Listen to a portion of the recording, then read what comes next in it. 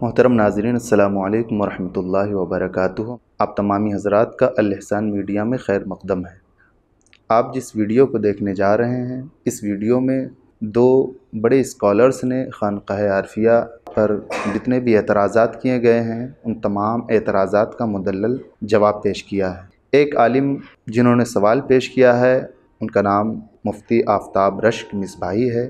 وہ مظفر پور بہار سے تعلق رکھتے ہیں۔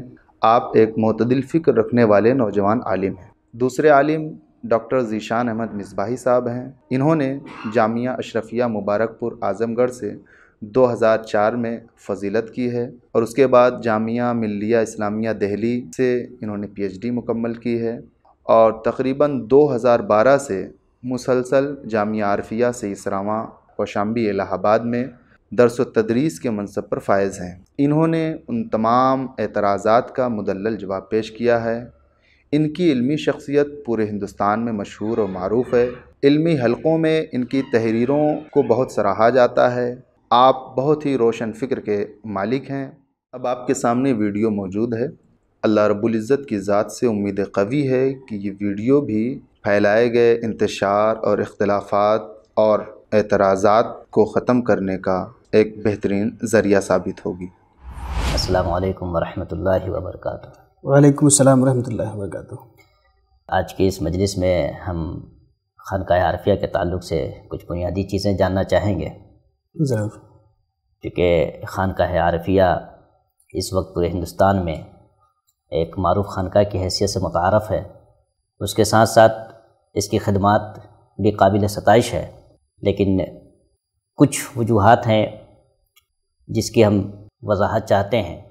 مارکیٹ میں طرح طرح کی باتیں بھی اٹھتی رہتی ہیں۔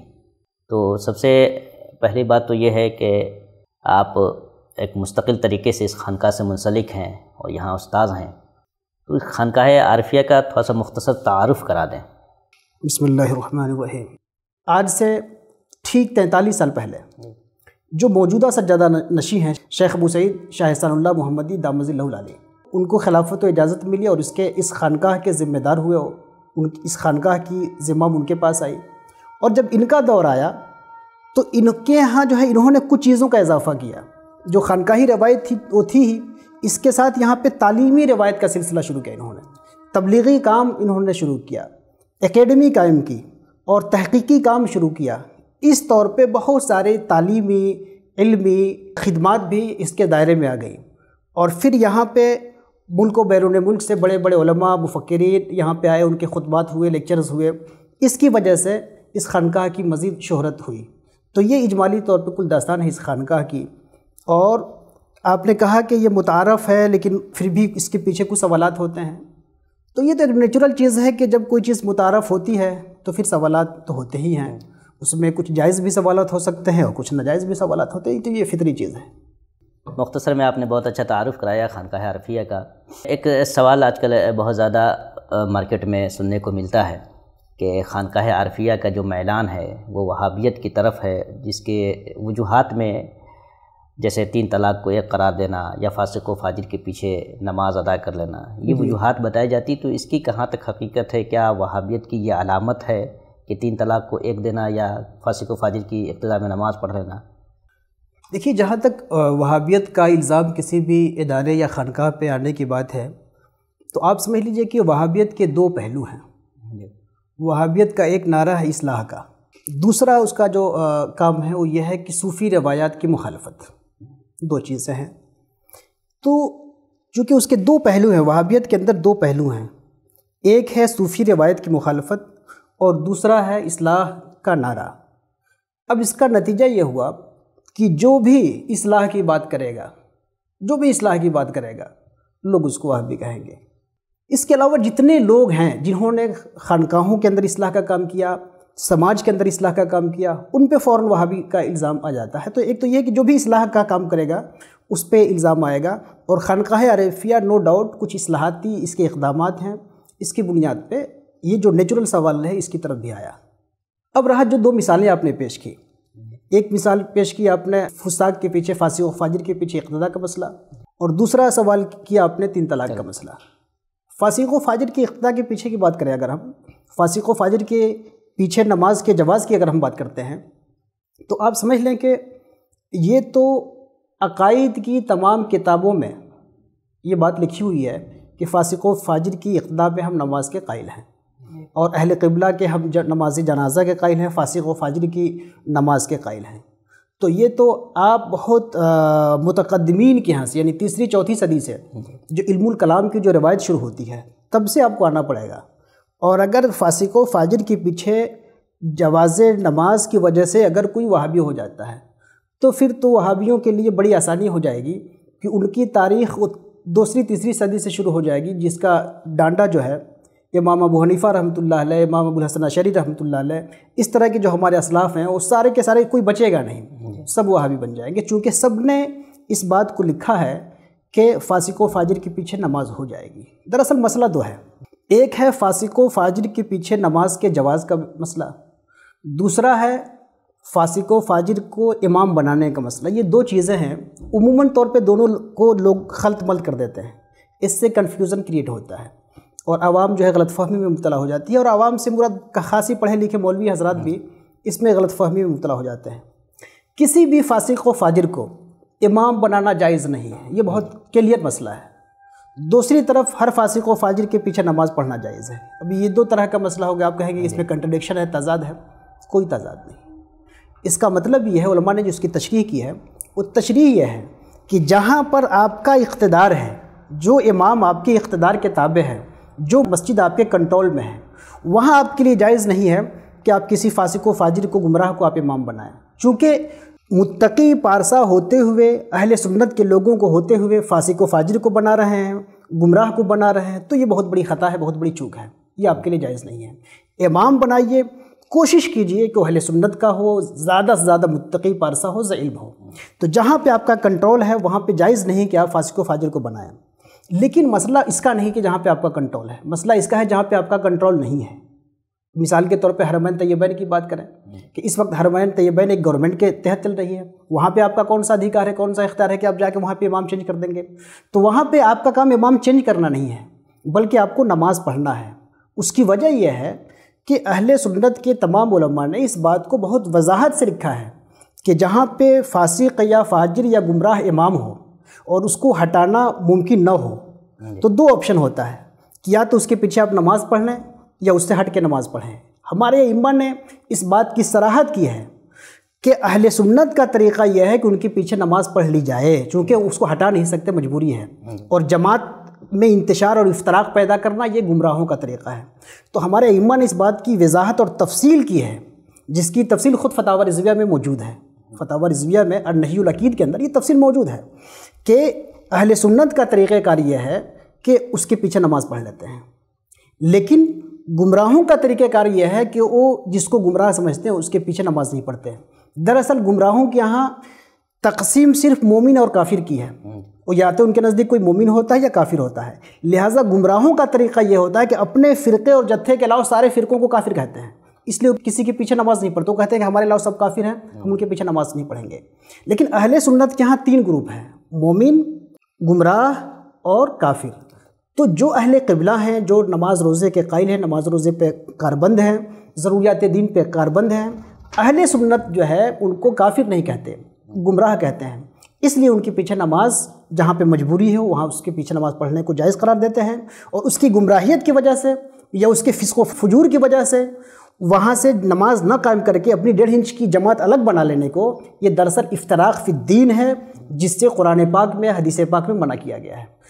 اس لیے خانقاہ عارفیہ سے اگر یہ فتویٰ ایشو ہوا کہ فاسق و فاجر کے پیچھے نماز جائز ہے، تو یہ تو بالکل وہی مسئلہ ہے جو ہمارے متقدمین کا مسئلہ ہے، کوئی نیا مسئلہ جاری نہیں ہوا۔ نیا اس لیے لگ رہا ہے کہ نئی گمراہیاں ہمارے معاشرے میں ایسی پھیل گئی ہیں کہ یہ اتنی عام ہو چکی ہیں کہ اس کی وجہ سے جو ہمارا پرانا مسئلہ تھا یہی غریب ہو گیا ہے۔ یہ جب نئے فیشن چلتے ہیں نا، اور نئے فیشن جب رائج ہو جائے اس کے بعد کوئی پرانا فیشن پہن لیجئے تو پرانا فیشن خود نیا فیشن بن جاتا ہے۔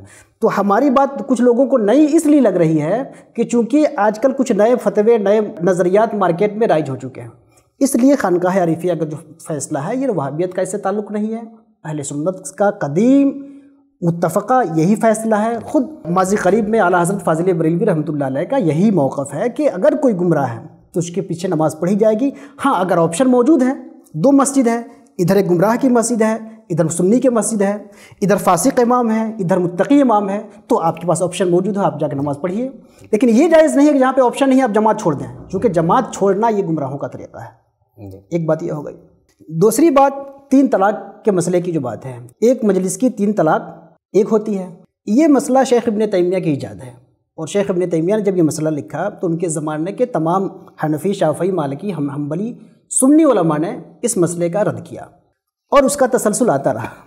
لیکن حالات بدلنے سے فقہ کا ایک قاعدہ ہے کہ تتغیر الاحکام بتغیر زمان والمکان، زمان اور مکان اور حالات کی تبدیلی سے بعض مسائل جو اجتہادی نوعیت کے مسائل ہوتے ہیں وہ بدل جاتے ہیں، اور ظاہر سی بات ہے یہ طلاق ثلاثہ کا مسئلہ بھی اجتہادی نوعیت کا مسئلہ ہے، جس پر ائمہ اربعہ کا اتفاق ہے کہ 3 طلاق جو ایک مجلس کی ہو وہ 3 ہوتی ہے، ایک نہیں ہوتی ہے۔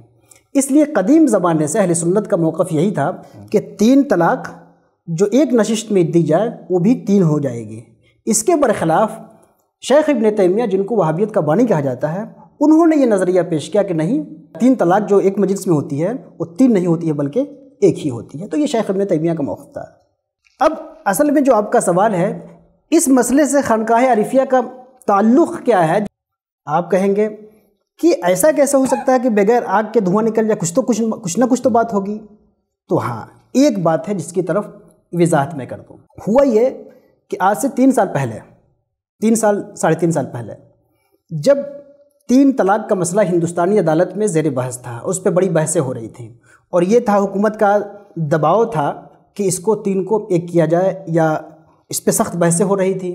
اور ظاہر سی بات ہے حکومت کے پاس ایک دوسرا سوال تھا، حکومت اور حکومت کے لوگوں کے پاس ایک دوسرا بڑا سوال تھا، جو سوال ایسا ہے کہ جس کا جواب ہمارے علماء کے پاس نہیں تھا، یا جواب دے نہیں پا رہے تھے، صحیح سے اس سوال کو فیس نہیں کر پا رہے تھے۔ وہ کیا تھا؟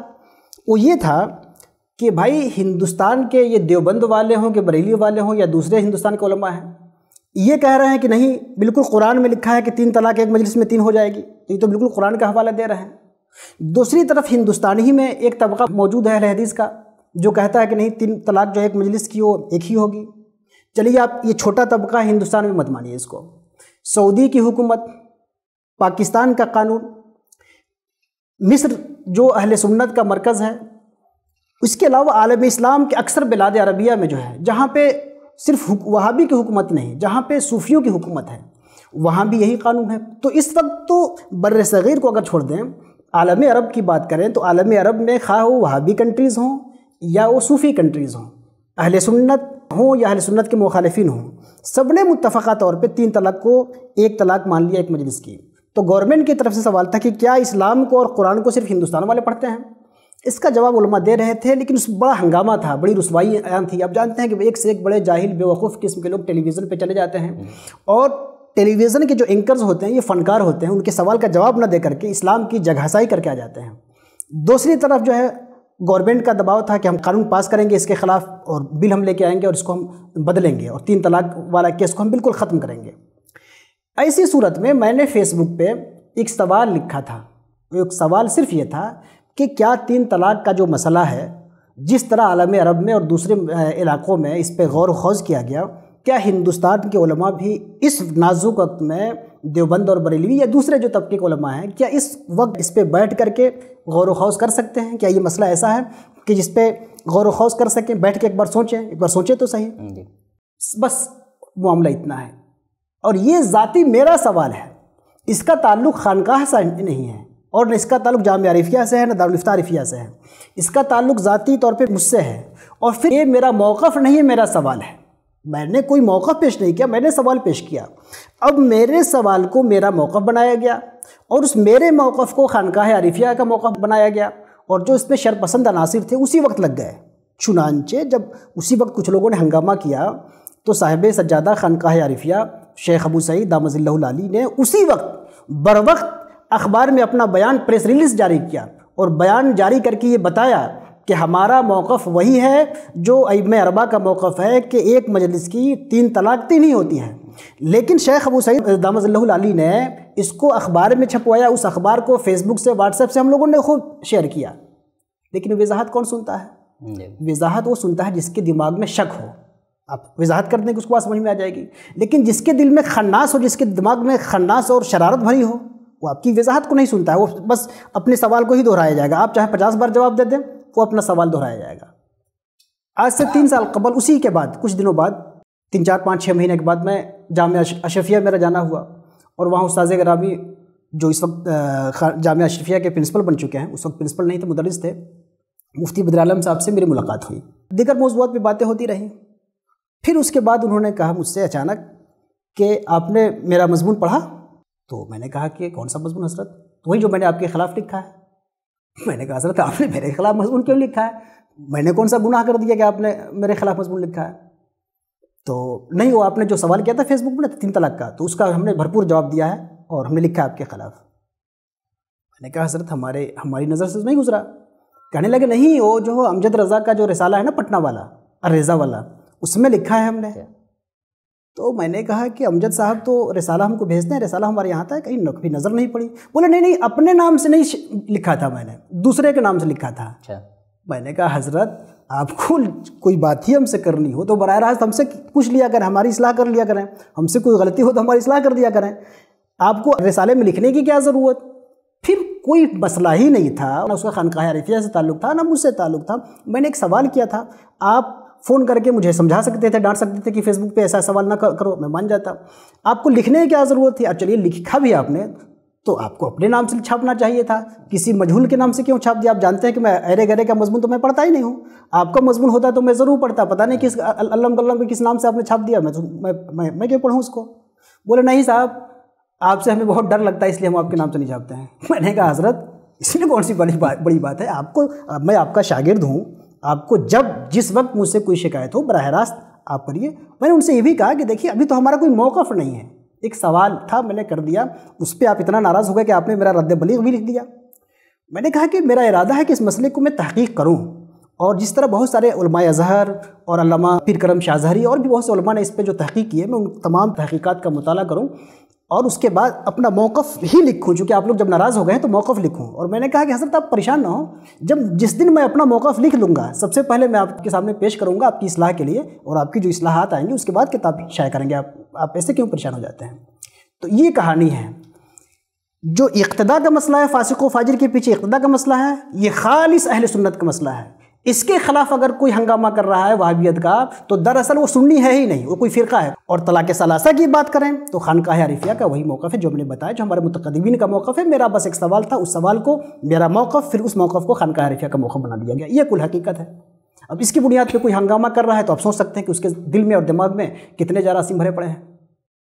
ایک اور چیز کی وضاحت فرما دے کہ ہندوستان کی سطح پہ جو اہل سنت و جماعت کی معروف شناخت ہے اور خانقاہ عارفیہ کی جو اپنی علمی اور عملی خدمات ہے، شاہ صفی اکیڈمی کے ذریعے یا جامعہ کے ذریعے یا خانقاہی رسومات کے ذریعے، یہ کہاں تک اس معروف اہل سنت کے شناخت سے موافق یا مخالف ہے؟ اس پہ ذرا کچھ. میں تو کہا کہ یہ ایک جو فکر کی بات کریے گا خانقاہ عارفیہ کی روایت اور طریقہ کار کی بات کریے گا تو یہ قدیم خانقاہوں کی روایت میں ہے. اس میں تو ہمیں تو کوئی چیز نظر نہیں آئی.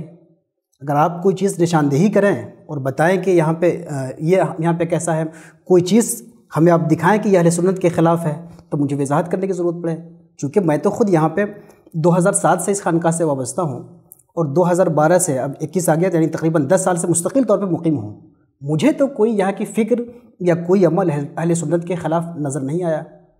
اب یہاں پہ اقامت میں لوگ کھڑے ہو جاتے ہیں. مفتی مطیع الرحمان صاحب نے جو یہاں پہ لکھا ہے، مفتی مطیع الرحمان صاحب قبلہ جب یہاں پہ آئے تھے اور اپنا مشاہدہ نامہ جو لکھا ہے معائنہ رجسٹر میں، تو اس میں انہوں نے 2 چیزوں کا ذکر کیا ہے کہ یہاں پہ 2 چیزیں ہیں جو بنیادی نہیں ہیں، سنیت کا مدار اس پہ نہیں ہے. وہ 2 چیزیں کیا ہیں کہ اقامت کے وقت لوگ شروع میں کھڑے ہو جاتے ہیں، ایک مسئلہ یہ ہے.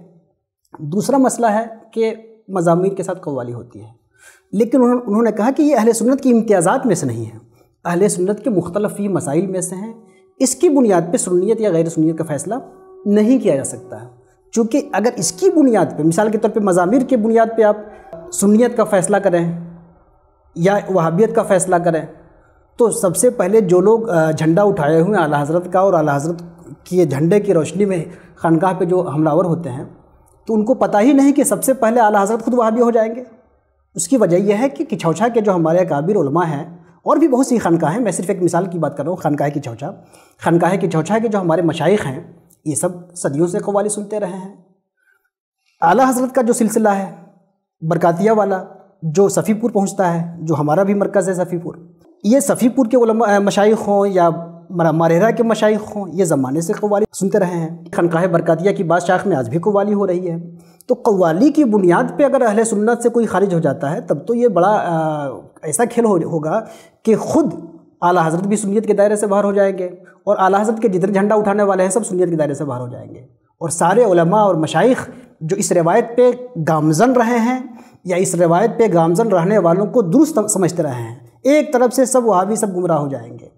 اور آپ جانتے ہیں کہ گمراہیت کے ڈیفینیشن میں سے ایک یہ بھی ہے کہ تضلیل الکل دلالہ، سب کو گمراہ کہنے والا خود گمراہ ہوتا ہے۔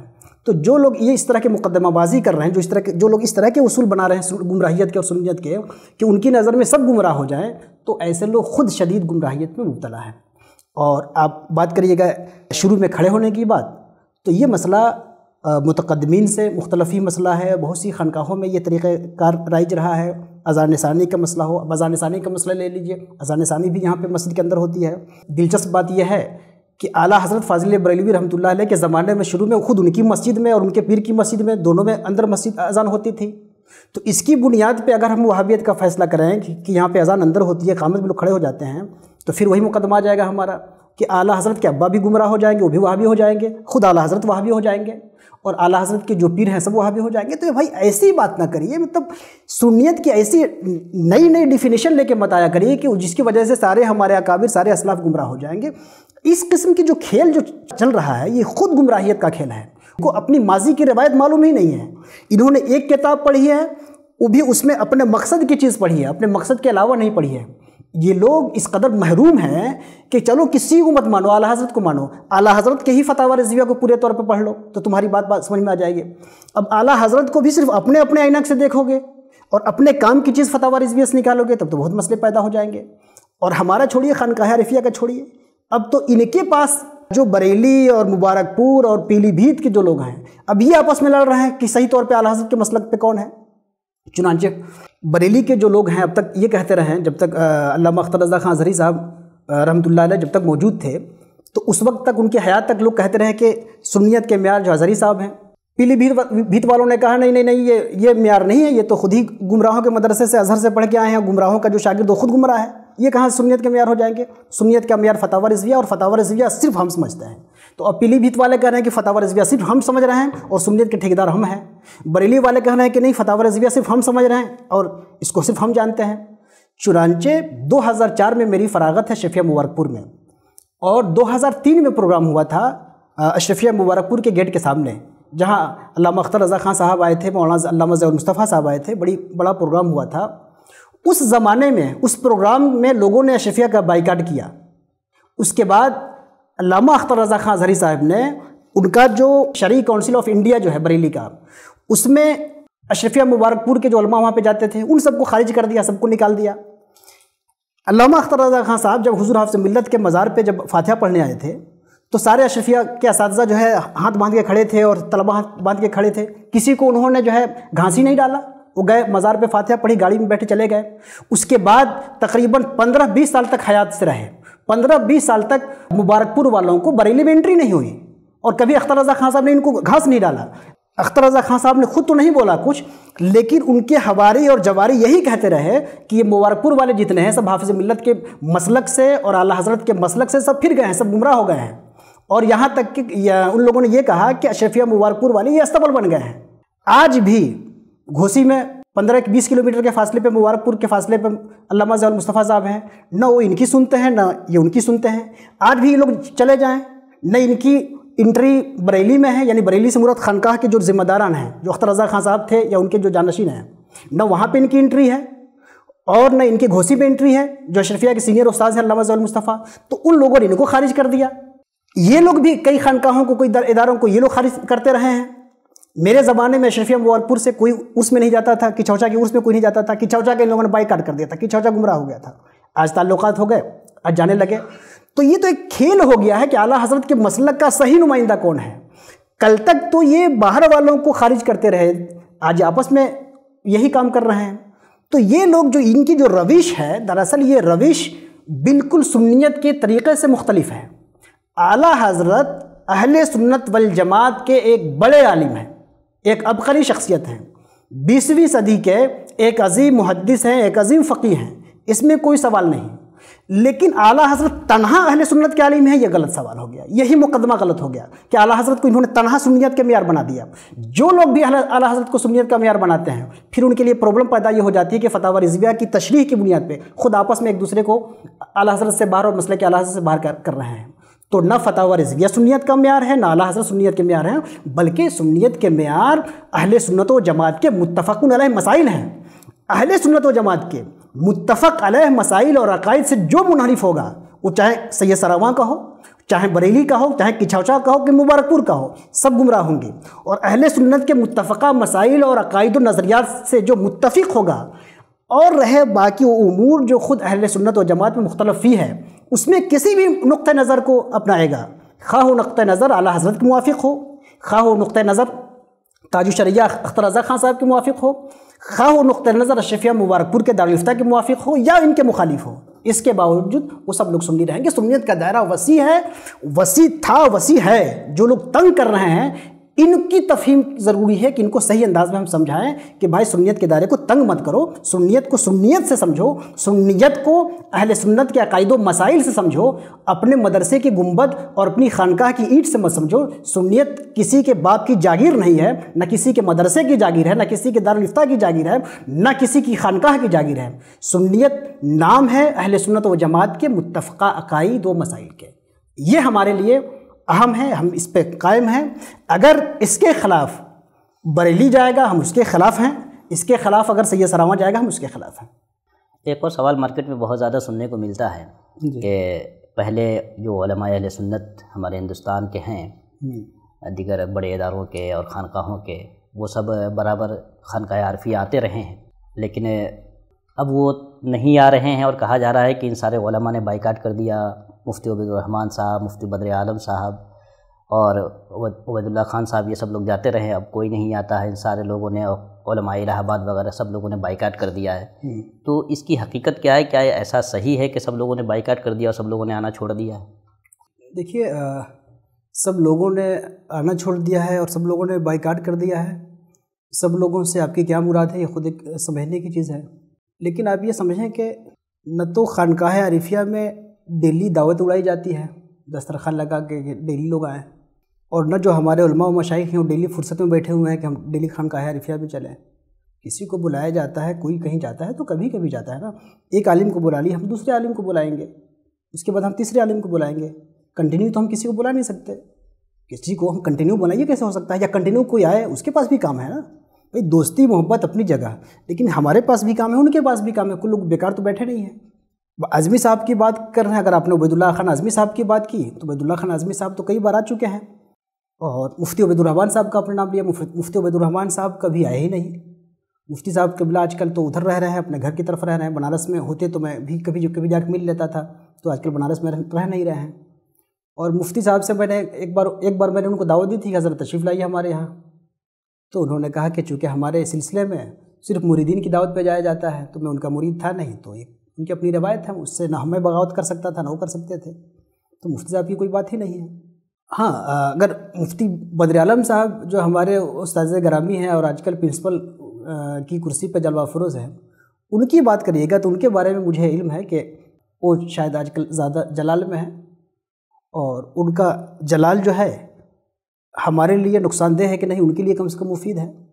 اصل میں معاملہ یہ ہے کہ مولانا بدر عالم صاحب قبلہ جو ہیں، ان کی جو زبان ہے یا ان کا جو رویہ ہے، اس سے ہمارے خود اشرفیہ کے جو ہمارے اکابر علماء ہیں، مفتی نظام الدین صاحب قبلہ ہیں، علامہ محمد احمد مصباحی صاحب دامت برکاتہم ہیں، سربراہ اعلیٰ صاحب ہیں، اس طرح کے جو بڑے لوگ ہیں وہ خود ان سے پریشان رہتے ہیں، ان کی زبان اور ان کے بیان سے پریشان رہتے ہیں کہ کب کہاں بول دیں، ان کو کوئی گارنٹی نہیں ہوتی ہے، اور کچھ بھی بول سکتے ہیں، جب منہ میں جو آیا بول سکتے ہیں، تو وہ لوگ خود پہلے سے بھی ناراض تھے۔ اس کے علاوہ بھی ایک حلقہ تھا جو اشرفیہ کے جو خلاف، جو محدث کبیر یا دوسرا جو حلقہ ہے اشرفیہ کے اینٹی جو حلقہ ہے، وہ حلقہ جو ہے اس وقت نشانہ بنایا ہوا تھا مفتی بدر عالم صاحب کو اینڈ کمپنی کو، اور ان کو جو ہے مفتی بدر عالم صاحب جو ہیں یا ان کے جو بعض احباب ہیں ان کو ذرا اشرفیہ میں نسبتاً زیادہ خیال مانا جاتا ہے۔ مثال کے طور پہ یہ لوگ جو ہے جب صوفی کانفرنس ہو رہی تھی تو صوفی کانفرنس میں یہ سب لوگ جانے کے لیے تیار تھے صوفی کانفرنس میں۔ اشرفیہ کے ایک بڑے عالم ہیں علامہ یاسین اختر مصباحی صاحب، وہ پورے طور پہ پتہ نہیں کیوں ناراض تھے صوفی کانفرنس سے، وہ پورے طور پہ اس کی مخالفت پہ آمادہ تھے، جن کے بڑے اثرات ہیں اشرفیہ مبارک پور میں، اور یہ سارے حضرات جو ہے آنے کے لیے تیار تھے، لیکن ہوتے ہوتے وہ آخر میں نہیں آئے۔ اسی طرح ایک زمانے میں جب یہ دعوت اسلامی کو آپ جانتے ہیں، دعوت اسلامی کو جب اہل سنت و جماعت کے علماء نے یا بریلوی علماء نے جب اس کا پورے طور پہ بائیکاٹ کر دیا تھا، اختر رضا خان صاحب نے بائیکاٹ کر دیا تھا اور بہت سے لوگوں نے بائیکاٹ کر دیا تھا، اس وقت مفتی بدر عالم صاحب نے جو ہے اس کا سپورٹ کیا اور بھی اشرفیہ والوں نے سپورٹ کیا۔ تو ان کے جو اینٹی گروپ ہے وہ یہ کہتا تھا کہ مفتی بدر عالم صاحب کو دعوت اسلامی والوں نے بہت پیسے دیے ہیں اور پیسے دے کر کے ان سے اپنا سپورٹ کروایا ہے۔ تو کل ملا کے ایک حلقہ تھا اشرفیہ کے مخالفین کا، یا مخالفین کی جو ہواخیزی تھی جو بریلوی حلقے میں، وہ یہ کہہ رہی تھی کہ یہ مفتی صاحب جو ہیں یہ ذرا تھوڑے پیلے ٹائپ کے سنی ہیں، اور ایسے آدمی کو پرنسپل تھوڑا بننا اشرفیہ کا یہ مناسب نہیں ہے۔ اشرفیہ جو ہے مسلک اہل حدیث کا ادارہ ہے تو اس میں بالکل سنی پکا آدمی ہو۔ ان پہ یہ بھی الزام تھا کہ خانقاہ حریفیہ آتے جاتے ہیں، تو ایک الزام یہ بھی تھا۔ اور آپ کو معلوم ہوگا کہ 2007 میں بریلی میں جو میرا عرس ہوا تھا، 2007 میں میرا ایک مضمون چھپا تھا، اس پہ ہنگامہ جو ہوا اور بریلی شریف کے اسٹیج پہ لوگوں نے اعلیٰ حضرت کا ذکر کم کیا، میرا ذکر زیادہ کیا، تو عرس میرا نام کر دیا۔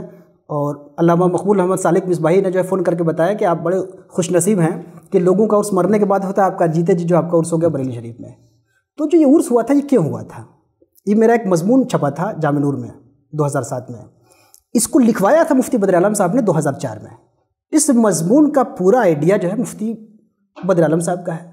مفتی بدر عالم صاحب قبلہ جو ہے گئے تھے، سری لنکا گئے تھے اور کہاں دورے پہ گئے تھے، وہاں سے جب ہو کے آئے، میں اس وقت وہاں زیر تعلیم تھا، 2003 کی بات ہے، 3 یا 4 کی، جب وہاں سے ہو کے آئے تو انہوں نے مجھے بلایا، 3 کی بات ہے، مجھے بلایا، کہا کہ یار بریلویوں نے ناک میں دم کر دیا ہے اور یہ اعلیٰ حضرت کو تو اتنا سر پہ اٹھا لیے ہیں سب، کہنے لگے کہ میں وہاں پہ تقریر کرتا تھا اور جس تقریر میں اعلیٰ حضرت کا اگر نام بھول گیا، میں نام نہیں لیا، تو کہتے تھے سر وہاں پہ کہ جو بریلوی تھے وہ کہتے تھے کہ آپ نے اس تقریر میں اعلیٰ حضرت کا نام نہیں لیا۔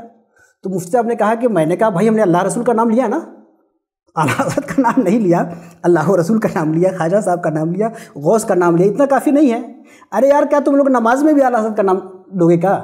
تو بولے کہ یہ اتنا غلو ہوتا جا رہا ہے بریلیویت میں، جو یہ نماز میں بھی یہ کچھ دنوں کے بعد مطالبہ کریں گے کہ نماز میں اپنے اعلیٰ حضرت کا نام نہیں لیا، یا سلام پھیرتی ہے اپنے اعلیٰ حضرت کا سلام نہیں پڑھا، پہلے سلام کیجیے السلام علیکم رحمۃ اللہ، السلام علیکم رحمۃ اللہ، فوراً کھڑا ہو کے مصطفیٰ جان رحمت پڑھیے۔ بولے یار ناک میں دم کر دیا ہے، اس غلو کے خلاف لکھنے کی ضرورت ہے، اس کو پورا لکھو۔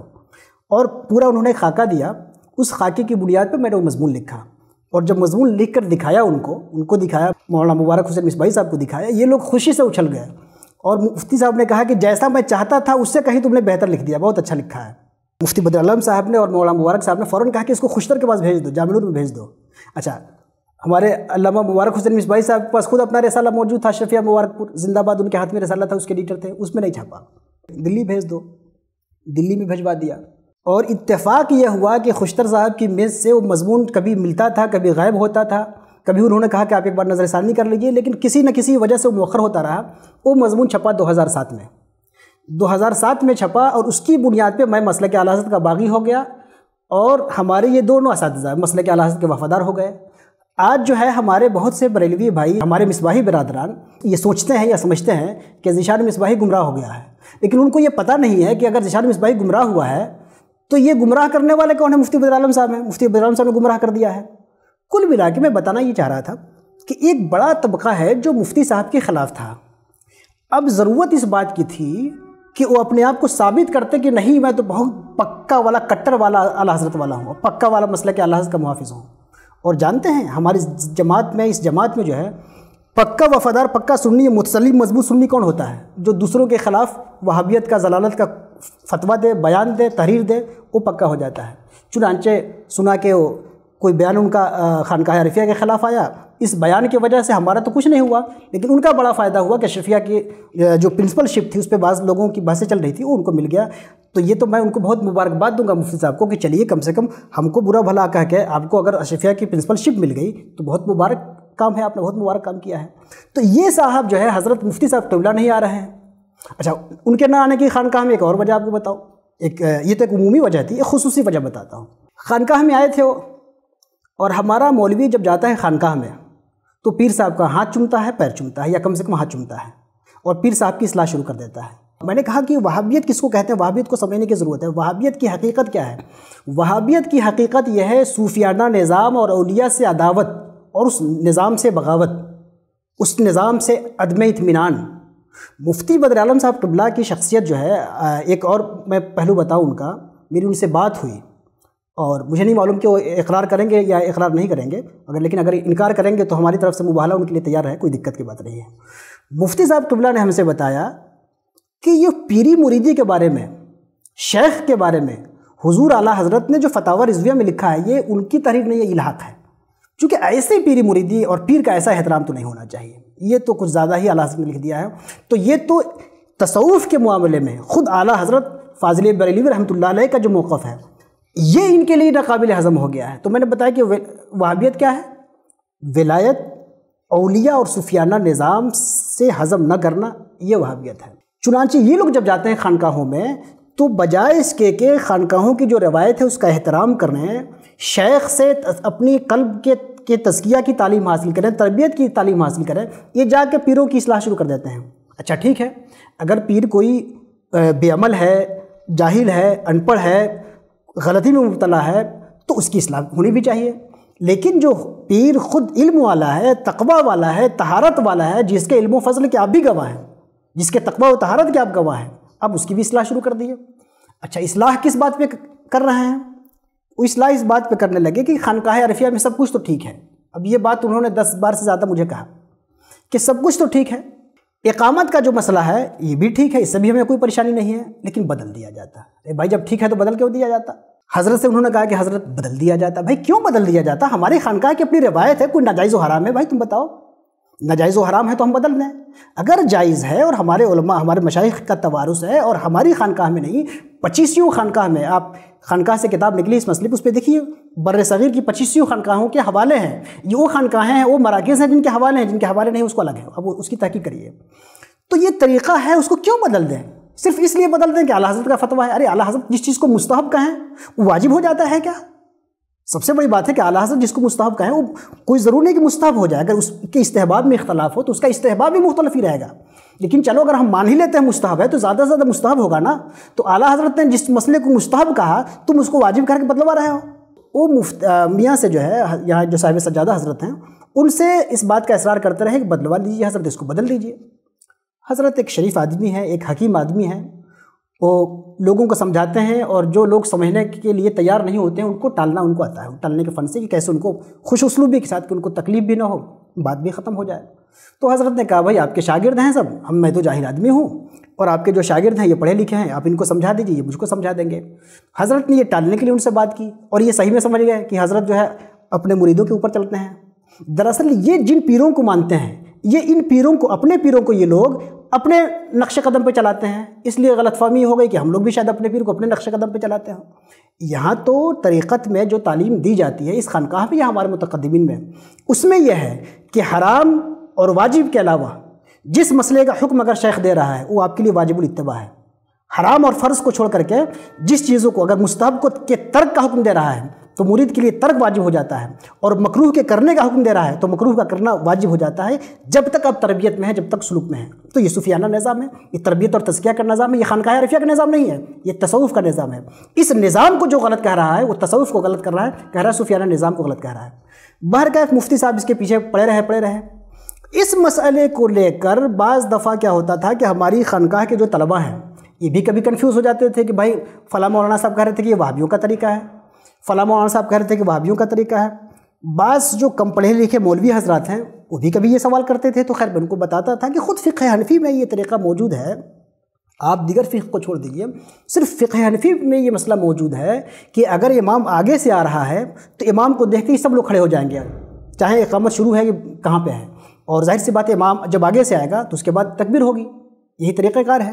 تو یہاں بھی جو ہمارے حضرت ہیں، جو شیخ ہیں یہاں کے، وہ آگے سے آتے ہیں، جو جو ہی آتے ہیں سب لوگ کھڑے ہو جاتے ہیں. تو یہ مسئلہ تو عین حنفیت ہے. اب اس کو بھی کوئی وہابیت کہہ رہا ہے تو سمجھیے کہ آپ کتنا بڑا وہ جاہل ہے، کتنا بڑا بیوقوف آدمی ہے جو حنفیت کو وہابیت کا نام دے رہا ہے. بہرکیف مفتی صاحب کا ایک ہی نغمہ تھا کہ خانقاہ عارفیہ میں سب ٹھیک ہے، کوئی دقت نہیں ہے، اس طریقہ بدل دیجئے۔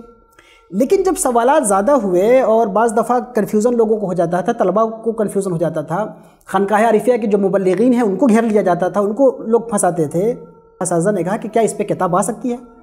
کیوں نہ ہم لوگ اس مسئلے کو ایک بار تحقیق کر کے جو ہمارا موقف ہے اس کو تفصیل سے لکھ دیں، تاکہ ہر آدمی کو فرداً جواب دینے کے بجائے ہمارے پاس ایک دستاویز ہو، جو ہم سے سوال کریں ہم اس کو دے دیں کہ بھائی آپ اس سے مطمئن ہیں تو ٹھیک ہے، مطمئن نہیں ہے تو ٹھیک ہے، لکم دینکم ولی دین۔ یہ تو استحبابی مسائل ہیں، استحبابی مسائل میں بعض اختلافات ہوتے ہیں، آپ ہمیں گوارا کر سکتے ہیں، گوارا کر لیجیے، گوارا نہیں کر سکتے ہیں گوارا نہ کریے۔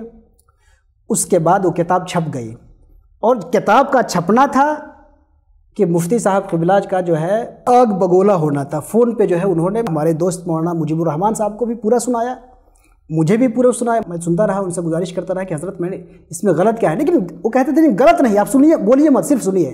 میں کہا آپ استاد ہیں، آپ سنائیے، ہم سن لیں گے۔ تو اس پہ بے حد ناراض رہے، انہوں نے کہا کہ اسی طریقے پہ رہنا تھا، آپ کو کتاب لانا تھا تو ایک سیمینار کر لیتے۔ میں نے کہا حضرت سیمینار کا خرچہ کیا آئے گا؟ تو انہوں نے کہا 5-6 لاکھ روپے، 5-6 لاکھ روپے خرچ کریے اور اس پہ سیمینار کریے، اس کے بعد آپ ٹھیک ہے کتاب لائیے۔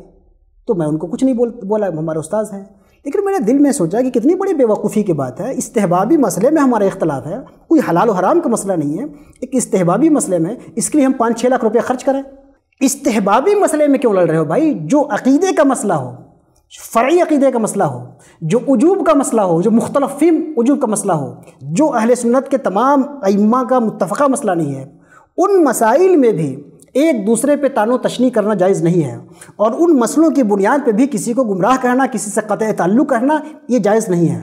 کسی مرد مومن سے کسی استحبابی مسئلے پہ قطع تعلق کا حکم لگانا یہ خود ایک حرام کام ہے، اور جو آدمی استحباب کے لیے کسی مومن سے قطع تعلق کرے وہ حرام کا ارتکاب کر رہا ہے۔ مجھے نہیں معلوم کہ مفتی صاحب قبلہ عالم ہیں، فاضل ہیں، مفتی صاحب ہیں، اس کے باوجود ایسے اعمال کیوں کر رہے ہیں، ایسے کام کیوں کر رہے ہیں کہ جس سے یہ اس طرح کی چیزیں ان پہ مقدمات اور اس طرح کی دفعات چارج ہو رہی ہیں کہ بھائی یہ تو کسی عالم کا، کسی متقی کا، کسی سمجھدار آدمی کا شیوا نہیں ہے۔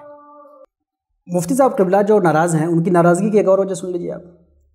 ایک مولوی صاحب ہیں سیوان کے، کوئی انیس عالم سیوانی کوئی صاحب ہیں، انہوں نے ایک کتاب لکھی تھی آئینہ صلح کلیت، اور اس آئینہ صلح کلیت میں کتنے لوگ تھے؟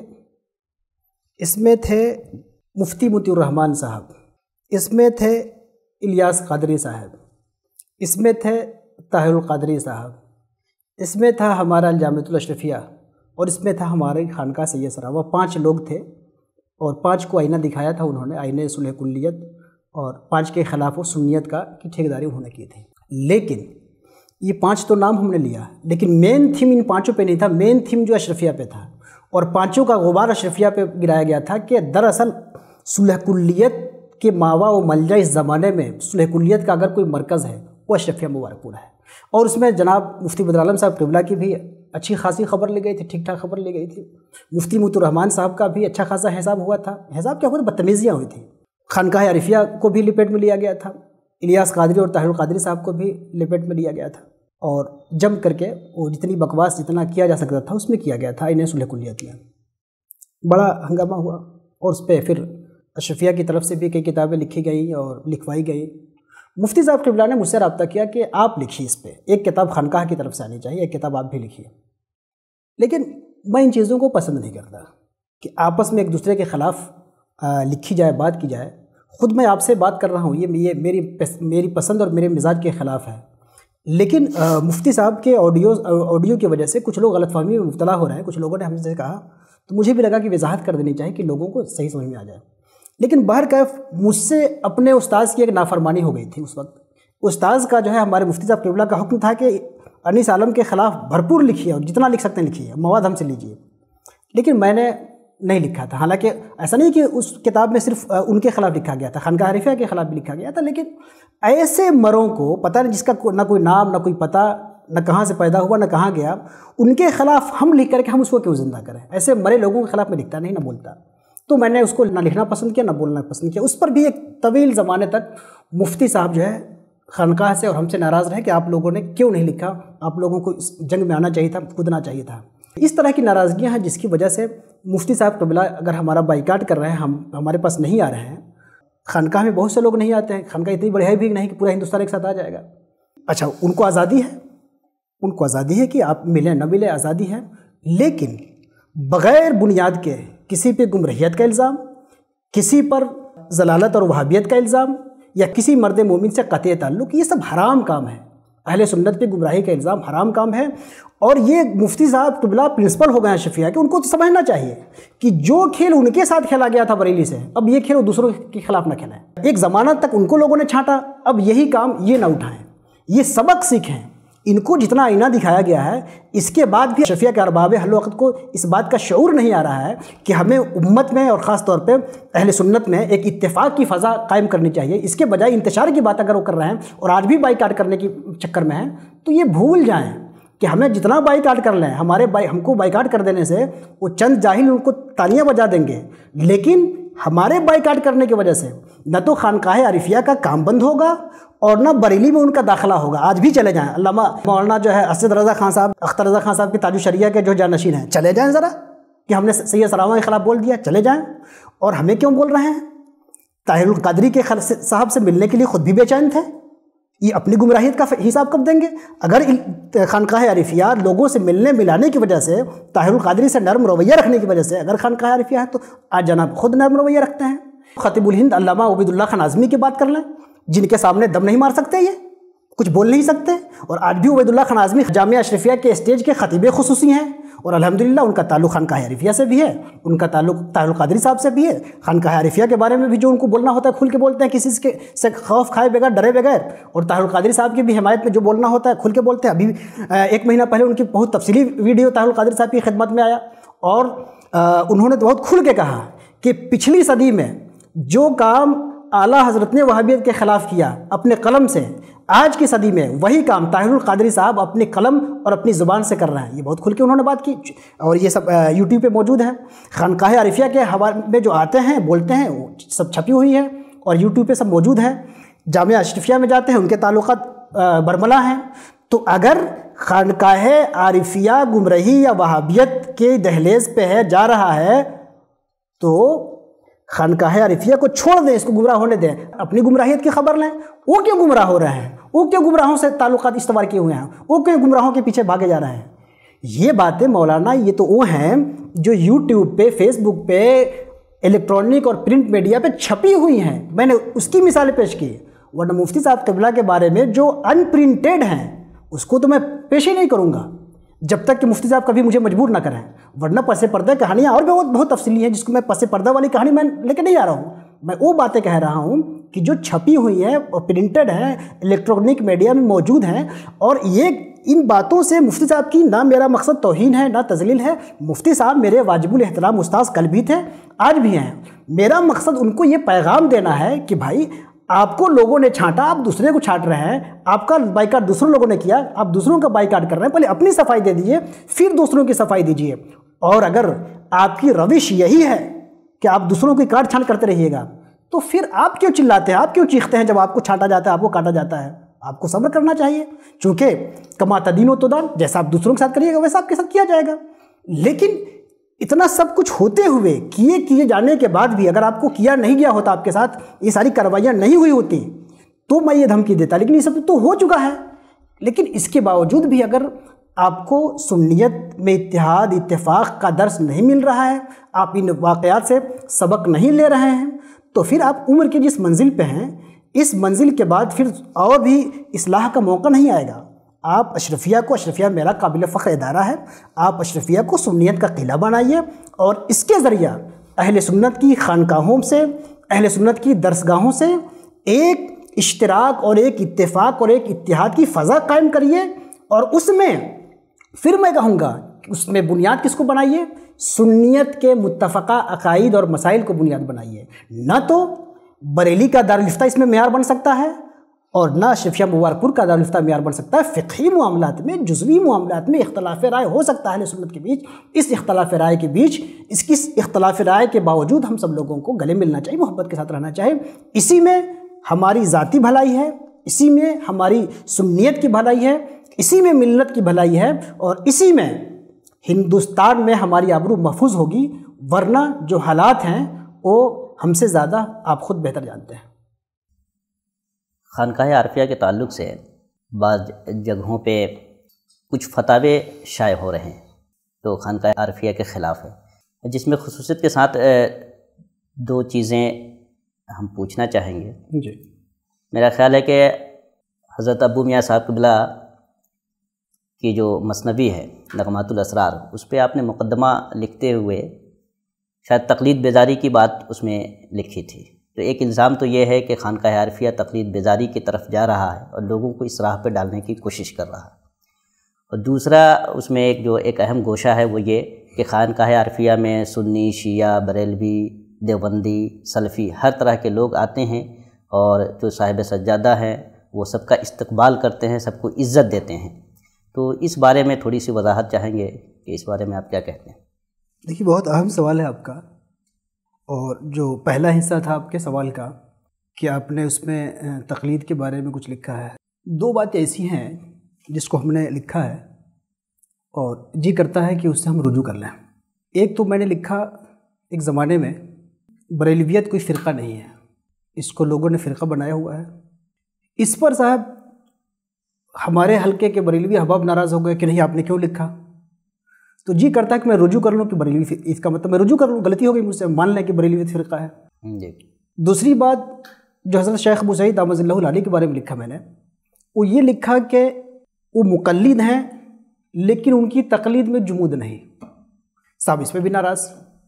یہ تو جو میں نے لکھا ہے حضرت صاحب سجادہ کے بارے میں، چونکہ اس سے تو میں رجوع نہیں کر سکتا، چونکہ اس سے ان کو ناراضگی نہیں ہے، چونکہ اس بات کو تسلیم کرتے ہیں کہ میں مقلد ہوں امام اعظم ابو حنیفہ رحمہ اللہ تعالیٰ کا، اور میری تقلید میں جمود نہیں ہے، اس بات کو تو مانتے ہیں، تو ان کو تو اس پہ ناراضگی نہیں ہے۔ لیکن دوسرے احباب کو ناراضگی ہے کہ آپ نے یہ کیوں لکھا، تو ان کے بارے میں تو رجوع نہیں کر سکتا میں اپنے اس جملے سے، لیکن جو احباب ناراض ہیں ان کے بارے میں میں رجوع ضرور مجھے کرنا چاہیے کہ یہ سب جامد مقلدین ہیں، چونکہ ان کو غیر جامد تقلید پسند نہیں ہے، تو اس کا مطلب کیا پسند ہے؟ جامد تقلید۔ تو گویا کہ یہ سارے حضرات اس بات کا اعتراف کر رہے ہیں کہ ان کی تقلید میں کیا ہے؟ جمود ہے، اور واقعی ہے، یقینی ہے۔ اگر تقلید میں جمود نہیں ہوتا تو وہی مسئلہ جس کو دیگر مکاتب فکر کے لوگ 50 سال پہلے حل کر کے مسئلہ حل کر لیتے ہیں، اس مسئلے پہ ہمارے یہاں 50 سال کے بعد سیمینار ہوتا ہے۔ اچھا چلو، یہ بھی اس میں بھی کوئی برائی نہیں کہ تم 50 سال بعد ہی جا گئے، 50 سال یہ آپس میں لڑتے ہیں، اور 50 سال لڑنے کے بعد سر ٹول کرنے کے بعد اس کے بعد پھر 50 سال کے بعد سیمینار کر کے اس کو مسئلہ حل کر لیتے ہیں۔ یہ تقلید جامد بھی اگر اقوال امام ابو حنیفہ پہ ہو تو بھی کسی حد تک اس کو گوارا کیا جا سکتا ہے کہ بہت بڑے حنفی ہیں۔ یہ تو ایسی تقلید ان کی ہے کہ ہر بڑے یعنی ہر پیشرو عالم ان کے لیے جو حجاب بن جاتا ہے، اور اس کی رائے سے اختلاف ایسے ہی ہو جاتا ہے جیسے قرآن سے اختلاف، اس کے رائے کی تعویل ایسی ہو جاتی ہے جیسے قرآن کی تعویل۔ تو ہمارے پاس مسائل کے انبار ہیں اور مثالوں سے آپ خوب واقف ہیں۔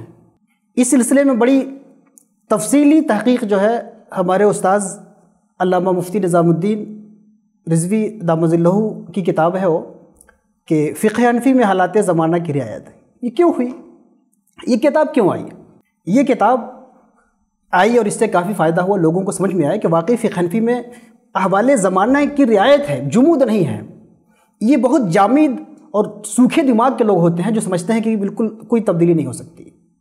چنانچہ مفتی صاحب نے تقریباً 70 سے زائد ایسی مثالیں انہوں نے پیش کی جن مسائل میں اختلاف ہوا ہے متقدمین سے، یہ صرف مثالیں پیش کی ہیں، اور یہ مثالیں کہاں سے پیش کی ہیں؟ صرف فتاوی رضویہ سے۔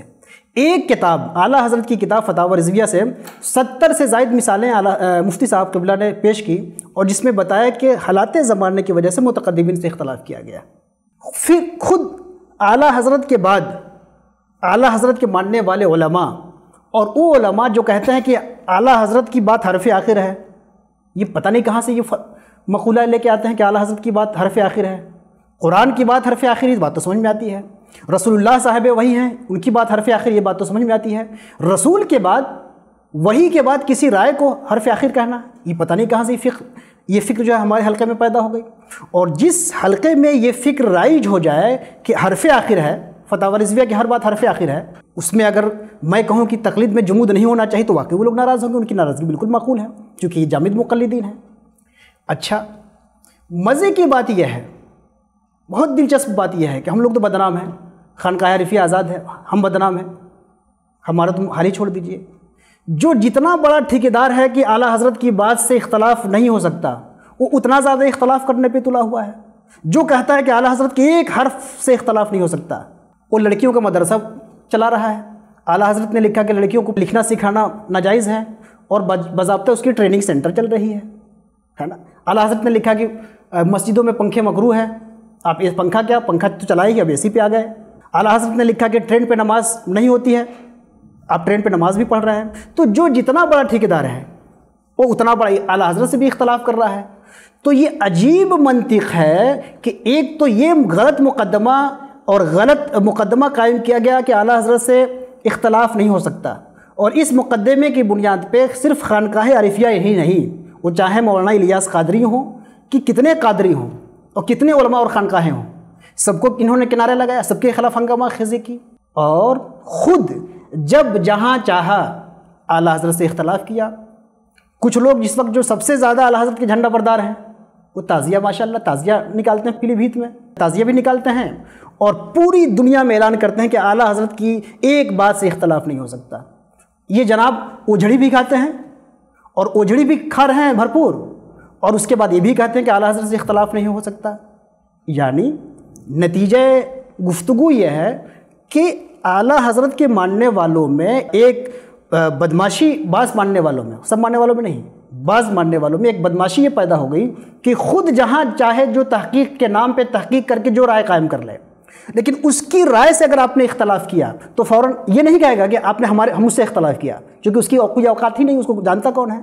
تو وہ یہ نہیں کہے گا کہ مجھ سے کیوں اختلاف آپ نے کیا، وہ کہے گا کہ اعلیٰ حضرت سے اختلاف کر رہے ہیں، آپ نے اعلیٰ حضرت سے اختلاف کیا، اور اعلیٰ حضرت سے ایک حرف اختلاف نہیں ہو سکتا، جبکہ خود 50 اختلاف کر کے بیٹھا ہوا ہے۔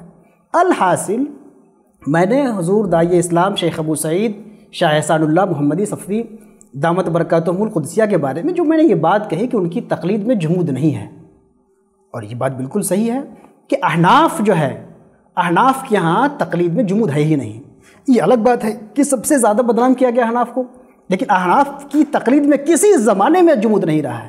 آپ دیکھیے صاحبین کو دیکھ لیجئے، اپنے استاذ اور 2/3 مسئلوں میں امام صاحب سے مختلف ہیں، 1/3 میں متفق ہیں، 2/3 یا اس سے زیادہ مسائل میں اپنے ہی امام، اپنے ہی مجتہد سے مختلف ہیں۔ تو اگر ہمارے امام کی فقہ میں، ہمارے امام کے مذہب میں جمود ہوتا تو یہ چیزیں تو نہیں ہوتی، اور اس کے بعد سے آج تک یہ مسلسل فقہ حنفی سے جو لوگ واقف ہیں وہ اس سے واقف ہیں اور اس سے مطلع ہیں، خوب آگاہ ہیں، جن کو آسانی کے ساتھ جو سمجھنا چاہتے ہو اس مسئلے کو، وہ اعلیٰ حضرت کا ایک رسالہ ہے جس میں پورا اس مسئلے پہ تحقیق کی ہے کہ اس مذہب میں، اس فقہ میں، فقہ حنفی میں فتویٰ قول امام پہ ہوتا ہے، ہر حال میں فتویٰ قول امام پہ ہوتا ہے۔ لیکن سوال ہوا کہ بہت سے مقامات میں تو قول امام سے عدول کیا جاتا ہے، تو انہوں نے کہا کہ دراصل ہوتا کیا ہے کہ ایک امام کا قول صوری ہوتا ہے اور ایک امام کا قول معنوی ہوتا ہے۔ حالات زمانہ اگر بدل جائیں تو امام کے قول صوری پہ عمل نہ کر کے قول معنوی پہ عمل کیا جائے گا، اور قول معنوی کیا ہے؟ قول معنوی یہ ہے کہ اس حکم کو بدل دیا جائے گا، اور اس کی وجہ یہ ہے کہ امام ابو حنیفہ رحمہ اللہ بھی آج جس کے زمانے میں ہوتے تو بھی اپنی رائے سے عدول کر کے دوسری رائے پہ آ جاتے۔ اس لیے اعلیٰ حضرت فاضل بریلوی رحمۃ اللہ علیہ نے اس مسئلے میں تحقیق کی ہے کہ اصل تقلید یہ ہے کہ ہر جگہ امام کی قول صوری پہ عمل نہ ہو بلکہ قول معنوی پہ عمل ہو، اسی کا تو نام ہے تقلید بلا جمود۔ تو گویا تقلید بلا جمود کی پوری ہماری روایت ہے، اور شیخ ابو سعید دامت ظلہ میں کوئی نئی چیز نہیں ہے، وہی تقلید بلا جمود والی روایت ہے۔ لیکن جو جامد تقلید والے ہیں یا جو شرپسند اور بدماش ہیں ان کو تو واقعی اس سے تکلیف ہوگی، اس سے تکلیف ہونا بھی چاہیے۔ تو یہ ہے تقلید والا مسئلہ۔ دوسرا مسئلہ یہ تھا کہ خانقاہ عارفیہ میں سنی، شیعہ، دیوبندی اور غیر مقلدین ہر طرح کے لوگ آتے ہیں، اور صاحب سجادہ سب کو عزت دیتے ہیں، محبت سے ملتے ہیں، ادب سے بیٹھاتے ہیں، اور بعض مرتبہ ان کے خطابات بھی خانقاہ میں ہوتے ہیں۔ تو اس تعلق سے اہل سنت کی کیا روایت رہی ہے؟ دیکھیے حضرت شیخ ابو سعید دامت ظلہ جو ہے یہ ایک درویش ہیں، ایک صوفی ہیں، ایک صاحب خانقاہ ہے، اور ایک خانقاہی کو اپنی خانقاہی روایت پہ گامزن ہونا چاہیے، کاربند ہونا چاہیے، اس پہ وہ کاربند ہیں۔ لیکن جن لوگوں نے اپنی خانقاہیت بند کر دی ہے، یا جن کے ہاں خانقاہیت شروع ہی نہیں ہوئی، یا جو خانقاہیت سے واقف ہی نہیں ہیں، جو تصوف کا مطلب صرف یہ جانتے ہیں کہ ایک بار کسی بہت بڑے مریدوں والے، یعنی مالدار مریدوں والے کسی پیر سے بیعت ہو جاؤ اور اس پیر صاحب کو اپنے مدرسے میں بلاؤ تاکہ اس کے مریدوں کا چندہ آئے. تو جو تصوف کا معنی صرف یہ سمجھتے ہیں ان کو صوفی روایت سمجھ میں نہیں آئے گی. صوفی روایت جو ہماری ہندوستان میں خواجہ صاحب سے لے کر کے آج تک، خواجہ نظام الدین اولیاء، اور جو آج تک کی جو پوری روایت ہے، اور جو لوگ بھی اس میں خانقاہ عارفیہ کی کوئی شان امتیاز نہیں ہے، تمام خانقاہیں جو اپنی سابق روایت پہ قائم ہیں، اس روایت کا یہ تقاضا ہے کہ خانقاہ کا دروازہ کسی کے لیے بند نہیں ہوگا، کسی کے لیے بند نہیں ہوگا، اوپن ہے، نہ آنے والے کے لیے نہ جانے والے کے لیے. آپ آنا چاہیں شوق سے آئیں، جانا چاہیں شوق سے جائیں. اس آنے جانے کے لیے کوئی شرط نہیں، نہ آپ کا دین شرط ہے، نہ آپ کا رنگ شرط ہے، نہ آپ کی نسل شرط ہے. یہی آزادی ہے خانقاہوں کی اور صوفیہ کی کہ انہوں نے اپنے ملنے جلنے والوں کے لیے، اپنی خانقاہ کے دروازے کے لیے، گیٹ کیپر کے لیے کبھی یہ نہیں کہا کہ آنے والے کی آئیڈینٹی پوچھو، اس کی شناختی کارڈ پوچھو.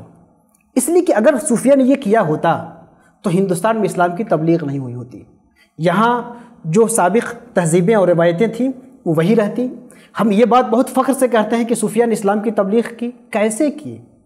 ایسے کی کہ اپنا دروازہ کھول دیا. پہلے آئے تو اچھا، پہلے آئے تو اس کے بعد کیا کہیں گے؟ اسلم تسلم، اسلام لاؤ. نہیں، صوفیہ کی اسلام کی تبلیغ کا یہ طریقہ نہیں ہے. صوفیہ کی اسلام کی تبلیغ کا طریقہ یہ ہے کہ جو بھی آئے اس سے محبت کی جائے، حسب حیثیت اس کی عزت اور توقیر کی جائے، کم سے کم اس کے لیے 2 وقت کی روٹی کا انتظام کیا جائے. خانقاہوں میں لنگر کا اہتمام ہوتا ہے. یہ بابا فرید رحمۃ اللہ علیہ، حضرت نظام الدین اولیاء رحمۃ اللہ علیہ کے زمانے سے یہ سلسلہ قائم ہے، آج بھی قائم ہے. اور اس سلسلے کو ماشاءاللہ سکھوں نے بھی اپنا لیا اور آج تک خانقاہوں میں قائم ہے، لیکن بعض خانقاہوں نے اس کو چھوڑ دیا ہے.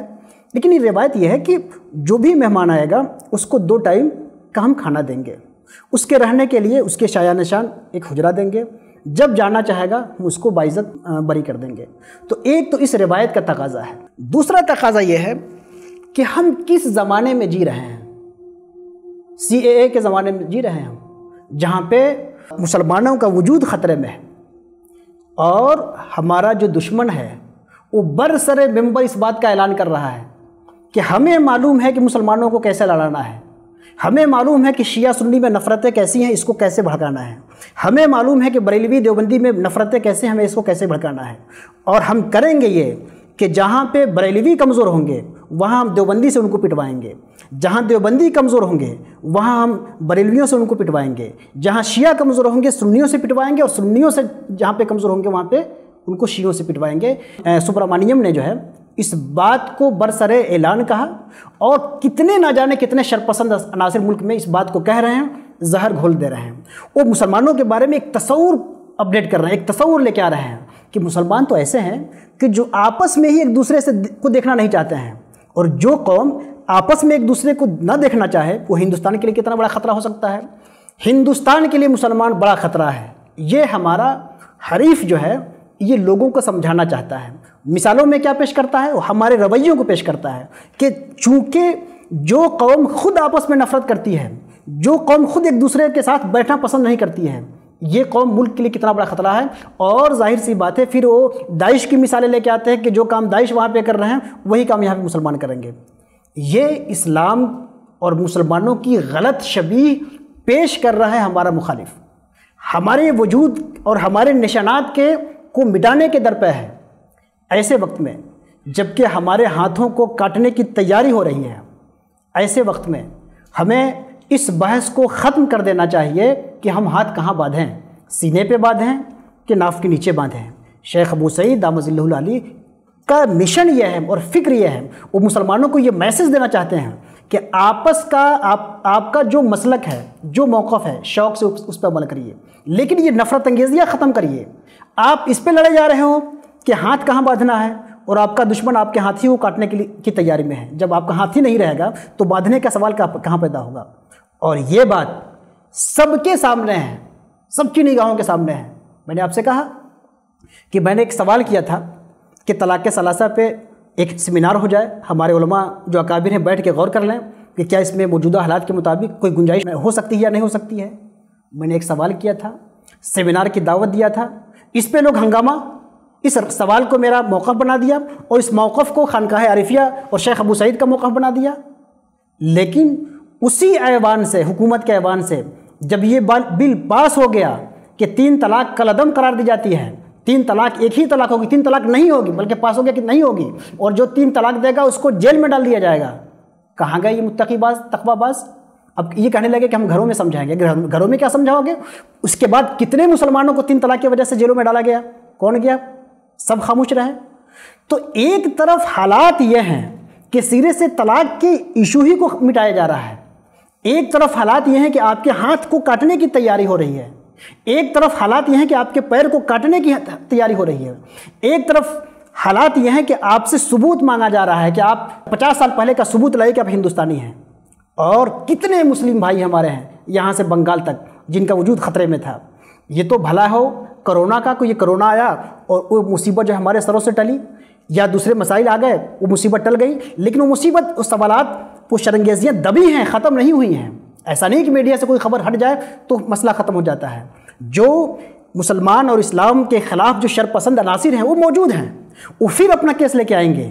لیکن جب تک CAA کا ایشو چل رہا تھا، مسلم نوجوان باہم وحدت اور اتحاد کی باتیں کرنے لگا تھا، جو ہی وہ ہٹا پھر فرقہ بندی کی باتیں کرنے لگے، پھر یہ سوال کرنے لگے کہ آپ تو آپ کے مسلک کے خلاف ہے، آپ اس کے ساتھ بیٹھے کیوں؟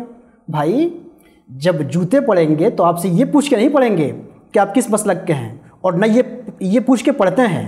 آپ ہماری ہندوستان میں ہماری ایک شناخت ایز اے مسلم بھی ہے، اور ہمیں اپنے اس شناخت کی بھی حفاظت کرنی ہے، اور یہ شناخت صرف بریلی سے پوری نہیں ہوتی ہے، نہ صرف مبارک پور سے پوری ہوتی ہے، نہ صرف دیوبند سے پوری ہوتی ہے۔ تمام لوگ جو اسلام سے جڑے ہوئے ہیں سب کا یہ مشترکہ شناخت ہے، اور سب کی ذمہ داری ہے کہ اس مشترکہ شناخت کی حفاظت کریں، اور یہ جب ہی ہوگا کہ ہم آپس میں ایک ساتھ مل کے بیٹھیں گے، اور ہمارے مخالف کی، دشمن کی جو سازش ہے کہ پھوٹ ڈالو، تفریق ڈالو، نفرتیں پیدا کرو اور ان پہ حکومت کرو، ان کو بھگاؤ، اس سازش کو ہمیں ناکام کرنا ہے۔ ایک طرف ہم یہ بھی کہتے ہیں کہ ہمارا دشمن ہماری صفوں میں انتشار پیدا کر رہا ہے، اور دوسری طرف ہماری صفوں میں اگر کوئی اتحاد کی بات کرتا ہے تو اس سے بھی ہم ناراض ہو جاتے ہیں۔ یہ ہماری بڑی دورنگی ہے، اور یہ ہمیں ڈبائے گی، ہمیں مار کے دم لے گی۔ اس لیے نئی نسل کی ذمہ داری ہے کہ اس چیز کو سمجھیں، اور مسلمانوں کے وہ لیڈرز جو وحدت اور اتفاق کی باتیں کرتے ہیں ان کی خلوص کو سمجھیں، اور وہ مولوی جو انتشار بڑھا کر کے، افتراق بڑھا کر کے، فتوی بازی کر کے اپنی دکانداریاں چمکا رہے ہیں اور ان کی تنخواہیں مل رہی ہیں، اور مسلمان ہمارا بھوکے مر رہا ہے، مسلمانوں کی آئیڈینٹی کارڈ غائب ہو چکے ہیں، تو سمجھیں کہ مسلمانوں کا دوست کون ہے اور دشمن کون ہے۔ مسلمانوں کے دوست ہونے کے لیے کوئی ضروری نہیں ہے کہ کوئی پیلے کپڑے میں آئے، کوئی ہرے اور سفید کپڑے میں بھی آ کر مسلمانوں کا دشمن بن سکتا ہے۔ ہمیں اپنے مشترکہ وجود کی لڑائی بھی ہمیں لڑنی ہے، اور اس کے لیے لائحہ عمل تیار کرنا پڑے گی، اور کم سے کم اس کا لائحہ عمل یہ ہے کہ ہم یہ دکھائیں کہ ہم نفرت کے پجاری نہیں ہیں۔ اسلام نفرت کی بات نہیں کرتا ہے، محبت کی بات کرتا ہے، اور صوفیہ کا یہ سندیش ہے کہ محبت سب کے لیے، نفرت کسی کے لیے نہیں۔ لیکن جو لوگ اس کے لیے قائل نہیں ہیں، جو لوگ اس بات کو ابھی بھی سمجھنے کے لیے تیار نہیں ہیں، وہ آنے والے زمانے میں جو ان کا حشر ہوگا اور ان کے ساتھ پوری امت کا حشر ہوگا، اس کے لیے تیار رہیں، اور یہ بات ہماری نئی نسل سمجھے۔ بس میں نئی نسل سے گزارش کروں گا کہ نئی نسل اس چیز کو سمجھے کہ ایسے حالات میں بھی اشتراکات اور ملاقات کے خلاف اس طرح کی پابندیاں کیوں، اور کیا ہمارے مشائخ صوفیہ کی یہ روش رہی ہے، اور کیا موجودہ زمانہ کے حالات کا یہ تقاضا ہے۔ شیخ ابو سعید اپنی صوفیانہ روایت کے امین ہیں، اور موجودہ زمانے کے جو حالات ہیں ان سے باخبر ہیں، اور ان حالات میں کیا پالیسی اپنانی جانی چاہیے اس پالیسی سے واقف ہیں، اور اس پہ کوئی ڈھنڈورا نہیں ہے، ان کا کوئی بینر نہیں ہے۔ پریکٹیکل میسیج دینا چاہتے ہیں کہ پریکٹیکل ہم جو ہے اپنی صفوں میں وحدت اور اتفاق کی فضا کیسے قائم کر رہے ہیں۔ لیکن اس کا مطلب یہ نہیں ہے کہ کوئی خانقاہ میں کوئی شیعہ آ گیا تو خانقاہ سے حضرت شیخین پہ تبرہ شروع ہو گیا، کوئی وہابی آ گیا تو ہم نے فاتحہ اور نیاز بند کر دی، قوالی بند کر دی۔ ایسا نہیں ہے، جو آئے اپنے طریقے پہ آئے، اس کی ہم تعظیم، اس کی حیثیت کے مطابق اس کی استقبال، اس سے محبت کرنے کے لیے ہم تیار ہیں۔ وہ چاہے ہندو آئے، چاہے مسلمانوں کے مختلف طبقے سے آئے، اس کی حیثیت کے مطابق اس کی تو عزت و توقیر، اس کا استقبال تو ہم کریں گے، لیکن آنے والا اس بدگمانی میں نہ رہے کہ آ کر کے ہم کو بدل دے گا، ہمیں اصلاح کر دے گا، بلکہ ہمیں موقع ملے گا تو بعض اس کی غلط فہمیاں ہم دور کریں گے۔ اور اس کی مثالیں خانقاہوں میں ایک دو نہیں ہیں، سینکڑوں مثالیں ہیں جن کو بیان کرنے کا یہ موقع نہیں ہے۔ جو لوگ دیکھنا چاہیں وہ آئیں، قریب سے دیکھیں۔ میں تو کہتا ہوں ان مولویوں کو کہ یہ آتے ہیں تو یہاں پہ صرف اقامت کا طریقہ دکھتا ہے، ان کو یہ نہیں دکھتا ہے کہ یہاں پہ دعوتی کام کیا ہو رہا ہے، تبلیغی کام کیا ہو رہا ہے، اصلاحی کام کیا ہو رہا ہے، کتنے لوگوں کے ذہن کو بدلا گیا، ستھرا کیا گیا اور ان کو صحیح راستے پہ ڈالا گیا۔ آپ ان کو ان خوبیاں نظر نہیں آتی۔ تو ضرورت اس بات کی ہے کہ ہم اپنے اکابر صوفیہ کی روش کو سمجھیں اور زمانے کے حالات کو سمجھیں، تبھی ہم ہندوستان میں اپنے آپ کو سروائیو کر پائیں گے۔ اور یہی صحیح طریقہ ہے، یہی شیخ ابو سعید دامت ظلہ العالی کا طریقہ ہے۔ جو لوگ اس کو سمجھنے کے لیے تیار نہیں ہیں وہ پھر وہ کچھ اور ہی طریقے سے چیزوں کو سمجھیں گے۔ ہم دیکھتے ہیں کہ مارکیٹ میں بہت سارے ایسے میسیج آتے رہتے ہیں واٹس ایپ پہ، فیس بک پہ، جس میں خانقاہ عارفیہ پہ چند علماء نے فتاوے لگائے ہیں کہ لوگوں کو وہاں نہیں جانا چاہیے، وہاں سے منسلک نہیں ہونا چاہیے۔ اس طرح کے ہم سمجھتے ہیں کہ بہت سارے خانقاہوں پہ بھی، دیگر خانقاہوں پہ بھی فتوے لگے ہیں۔ تو ان فتووں کی حیثیت کیا ہوتی ہے اور امت کو ایسے وقت میں کیا کرنا چاہیے؟ جی مفتی صاحب، آپ نے صحیح کہا، اور یہ بھی آپ نے صحیح کہا کہ بہت ساری خانقاہوں پہ فتوے لگے ہیں، لیکن آپ یہ بھول گئے کہ کوئی مولوی بچا بھی نہیں ہے جو جتنا بڑا ٹھیکیدار ہو۔ کس پہ نہیں لگے ہیں آپ یہ بتائیے؟ سب سے پہلے تو کس پہ لگے ہیں یہ لسٹ بعد میں بنائیے گا۔ اس کی لسٹ بنائیے کہ کس کا دامن پاک ہے اور کون بے غبار ہے، کون مسلمہ سنی ہے۔ دراصل جو میں نے اس سے پہلے بات کہی کہ ہوا کیا کہ اعلیٰ حضرت کے بعد ان کے بعض ماننے والوں میں نفس پرستی پیدا ہو گئی، اور اس نفس پرستی نے ایک غلط مقدمہ قائم کیا۔ مقدمہ کیا قائم کیا کہ اعلیٰ حضرت سے ایک حرف اختلاف نہیں ہو سکتا۔ اس کے بعد سب ایک دوسرے کو اعلیٰ حضرت کا مخالف کہا کے سب کے خلاف فتوے لے کے آ گئے۔ کسی کو چھوڑا نہیں ہے، کسی کو چھوڑا نہیں ہے، وہ چاہیں علامہ ظفر الدین بہاری ہوں، علامہ نعیم الدین مراد آبادی ہوں، وہ چاہیں کچھوچھا کے مشائخ ہوں، کہ کہیں کے مشائخوں کے اشرفیہ کے اساتذہ ہوں، ہے نا، کسی کو چھوڑا نہیں ہے۔ آپ دیکھ لیجئے، وہ حضرت مفتی نظام الدین صاحب قبلہ کی بات ہو، مفتی نظام الدین صاحب قبلہ نے جب کتاب لکھی لاؤڈ اسپیکر پہ نماز، اس کے بعد کیا حالات بنے اس کو آپ دیکھ لیجئے۔ علامہ مدنی میاں صاحب نے جب ایک تحقیق کی کہ اسکرین پہ جو تصویر ابھرتی ہے وہ تصویر نہیں ہے، عکس ہے، اس کے بعد کتنے فتووں کا انبار آیا۔ کون ہے جو ان فتووں کے انبار سے بچا ہوا ہے؟ یہ سوال نہیں ہے کہ آپ کے خلاف فتوے کیوں آیا ہے، سوال یہ ہے کہ یہ فتوے بازی سب کے خلاف کیوں ہو رہی ہے۔ آپ کو کیا لگتا ہے کہ دعوت اسلامی والے جو ہیں مولانا الیاس قادری صاحب، کیا ان کے خلاف فتووں کی کمی ہے؟ کیا کون ہے جو بچا ہوا ہے اس حمام میں؟ کون ہے جو لباس کے اندر ہے؟ کوئی بچا ہوا نہیں ہے۔ سوال یہ ہے کہ یہ کیوں اس طرح کی فتوے بازی ہو رہی ہے، کیوں شروع سے؟ علامہ نعیم الدین مراد آبادی علیہ الرحمہ نے اپنے زمانے میں جو سنی کانفرنس کی، کیا ان کو لوگوں نے معاف کر دیا؟ بچا کون ہے اس حمام میں؟ کوئی بچا نہیں ہے۔ محدث اعظم ہند، کیا وہ بچے ہیں؟ کیا لوگ سمجھتے ہیں کہ یہ چیزیں سب لوگ بھول گئے؟ یعنی آج مقدمہ صرف خانقاہ عارفیہ پہ ہے؟ دراصل یہ تو وقت کی بات ہے۔ جو لڑنے والا جب مزاج آپ کے اندر ڈیولپ کر جائے گا، جب لڑنے والا مزاج ڈیولپ کر جائے گا تو آپ ایک ایک کر کے تو سب سے لڑتے رہیے گا۔ تو یہ لڑنے والا جو مزاج ڈیولپ ہو گیا یہ تو کنٹینیو چل رہا ہے۔ اس کی وجہ یہی ہے کہ دراصل ہم جو ہے کہیں نہ کہیں تصوف کا علم اٹھانے کے باوجود صوفی روایت سے کٹ گئے۔ ہم شر اور فتنہ و فساد اور دوسروں کی اصلاح کا جو جذبہ اتنا غالب آ گیا کہ ہم نے اپنا احتساب کرنا چھوڑ دیا۔ اس کا نتیجہ یہ ہوا کہ ہم اپنے اسٹیج پہ ان کے ریکارڈ پیش کرتے ہیں اور وہ اپنے اسٹیج پہ ہمارے ریکارڈ پیش کرتے ہیں۔ یہ پورا جو شر پسندی کے جو عناصر ہیں ان تمام کو ختم ہونا چاہیے۔ اس کے لیے قلبی تزکیہ کی ضرورت ہے، تصفیہ کی ضرورت ہے، روحانیت کی ضرورت ہے۔ یہ افسوس کی بات ہے کہ ہمارے اپنے حلقے میں بھی تزکیہ اور تربیت کی بہت زیادہ کمی ہے، ورنہ کیا وجہ ہے کہ آپ کے ایک استاذ ہیں اور استاذ نے آپ کی کسی فقہی رائے سے اختلاف کر لیا تو آپ اس کے خلاف برہم ہو گئے، یا کسی شاگرد نے آپ کی رائے سے اختلاف کر دیا، آپ اس کو ضلالت اور گمراہی تک پہنچا دیے۔ فقہی آراء میں تعدد ہوتا ہے، ہمیشہ سے ہوتا رہا ہے، لیکن یہ مارکارائیاں کیوں ہو رہی ہیں؟ مارکارائیاں اس لیے ہو رہی ہیں کہ آپ کا قلب مزکہ نہیں ہے۔ آپ چاہتے یہ ہیں کہ پوری دنیا ہماری رائے پہ عمل کرے، پوری دنیا ہماری مقلد ہو جائے۔ آپ جھوٹا دعویٰ کرتے ہیں کہ فلاں امام ابو حنیفہ کی تقلید نہیں کرتا، نہیں، آپ امام ابو حنیفہ کی تقلید نہیں کروانا چاہتے ہیں، نہیں امام محمد رضا کی تقلید کروانا چاہتے ہیں، آپ اپنی تقلید کروانا چاہتے ہیں، آپ اپنا متبع بنانا چاہتے ہیں۔ اس لیے ہماری اور آپ کی دوستی رہتی ہے، 70 سال تک دوستی رہتی ہے۔ 70 سال کے بعد ایک مسئلے میں اختلاف ہوتا ہے، آپ الگ رخ کر لیتے ہیں، ہم الگ رخ کر لیتے ہیں۔ خانقاہ عارفیہ کا ذکر چھوڑ دیجئے، آپ بتائیے کہ ان مراکز کے جو جتنے بڑے بڑے لوگ ہیں کہ آپس میں مل رہے ہیں پچھلے 50 سالوں سے؟ کون کس سے مل رہا ہے؟ کوئی کسی سے نہیں مل رہا ہے، اور نہ کسی کے خلاف فتووں کی کمی ہے۔